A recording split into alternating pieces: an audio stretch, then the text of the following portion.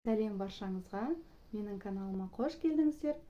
Мен бүгін сіздермен үй жағдайында өте тез қарапайым заттардан жасалатын пирогтың рецептісімен бөліскім келіп тұр. Ол үшін бізге жұмыртқа, қант, сүт, ұн, сұйық май және разрыхлитель керек болады. Рецептің толық нұсқасын описаниеде қалдыратын боламын. Енді біз жұмыртқамыз бен қантымызды жақсылап миксерлеп алатын боламыз.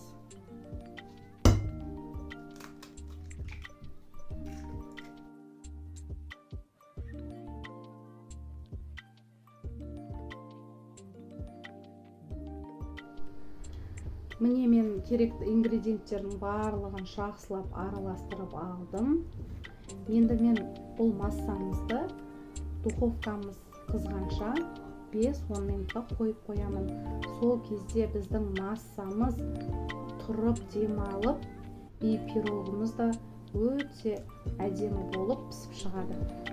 Міне біз духовкамызды қыздырып алдық. Ол арада біздің массамызда біркелкі болып, әдемі болып демалып тұрды.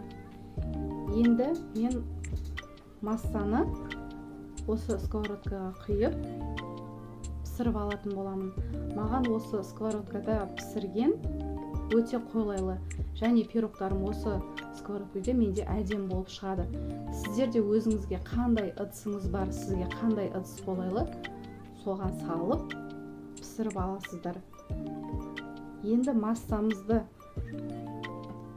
салып духовкамызда 30-35 минутта пісіріп алатын боламыз. Мінекей пирогымыз дайын болды. Пышный, өте әдемі болып пісіп шықты. Беті ешқандай жарылмайды. Дәл менің рецептімен жасасаңыздар, осылай